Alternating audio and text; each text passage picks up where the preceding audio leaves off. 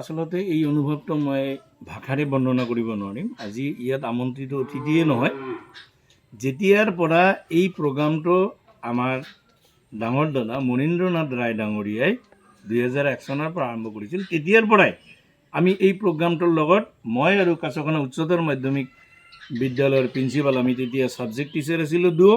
আমি কিন্তু তেতিয়াৰ পৰাই এই প্ৰগ্ৰামটোত আমি লাগি আছিলোঁ।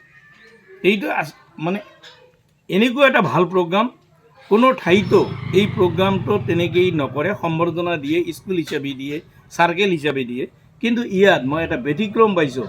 আমাৰ ধুবুৰী জিলাত হয়তো এইটো ক'ব লাগিব, কাৰণ ধুবুৰী জিলাত মনীন্দ্ৰনাথ ৰায় আৰু তেওঁৰ পৰিয়ালে এইটো যে যিবিলাক ছাত্ৰ ছাত্ৰীয়ে ভাল ৰেজাল্ট কৰে, এই অত্ৰ অঞ্চলৰ ছাত্ৰ ছাত্ৰীখিনিক মানে তেখেতে যে সম্বৰ্ধনা জনায়, এইটো একচুৱেলি মানে লেখত ল'বলগীয়া এটা কথা। এইকাৰণে মই মনীন্দ্ৰনাথ ৰায় ডাঙৰীয়াক মোৰ ফালৰ পৰা অজস্ৰ ধন্যবাদ জনাইছোঁ। আৰু ইয়াৰ জৰিয়তে আমাৰ এই অত্ৰ অঞ্চলৰ কৃতি ছাত্ৰ ছাত্ৰীসকলে মই আশা কৰিম তেওঁলোকে লাভান্বিত হ'ব আৰু এই অঞ্চলৰ যিটো আগন্তুক যিটো ৰেজাল্ট, তাৰ প্ৰতি যিটো তেওঁলোকৰ যিটো নেক্সট জেনেৰেশ্যন আছে, তেওঁলোকেও লাভৱান হ'ব। অকল এই ছাত্ৰ ছাত্ৰীখিনি লাভৱান হোৱা নাই, আমাৰ নেক্সট যিবিলাক প্ৰতি বছৰে যে আমাৰ ইয়াত মেট্ৰিক বা হায়াৰ ছেকেণ্ডেৰীত পৰীক্ষা দিয়ে, এইটো তেওঁলোকৰ কাৰণে এটা মানে প্ৰশংসনীয় পদক্ষেপ।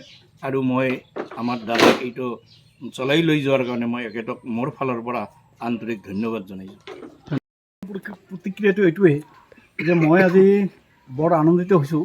দেৰিকৈ হ'লেও মোৰ আমন্ত্ৰণত ছাত্ৰ ছাত্ৰীসকলে য'ত যেনেকৈ আমি আমন্ত্ৰণ জনাইছোঁ, এই আমন্ত্ৰণৰ প্ৰতি সঁহাৰি জনাই বেছিভাগ ছাত্ৰ ছাত্ৰীয়ে উপস্থিত হৈ তেওঁলোকৰ কৃতিত্বৰ নিজৰ পৰিচয় দি মোৰ হাতৰ পৰা বা আমাৰ পৰিয়ালবৰ্গৰ হাতৰ পৰা, আমন্ত্ৰিত অতিথিৰ হাতৰ পৰা যি অকণমান উপহাৰ আমি তেওঁলোকলৈ যাচিছোঁ, সেইখিনি তেওঁলোকে আনন্দৰে গ্ৰহণ কৰাত মই নথৈ আনন্দিত হৈছোঁ। আৰু এইটো মোৰ জীৱনৰ এটা মানে আদৰ্শ হিচাপে মই লৈছোঁ যে মই যেতিয়া প্ৰথম চাকৰি কৰোঁ, চাকৰি কৰাৰ সময়ত চাকৰিত যিটো প্ৰথম দৰমহা মই পাইছিলোঁ, মই পিতৃ মাতৃহীন হৈ যেতিয়া এই দৰমহাখন লৈ আহি মই ঘৰত আহিছিলোঁ, তেতিয়া মোৰ চকুৰ পৰা পানী ওলাইছিল যে মই সন্তান হৈ নিজৰ পিতৃ মাতৃৰ হাতত মোৰ উপাৰ্জিত ধন মই হাতত তুলি দিব পৰা নাই।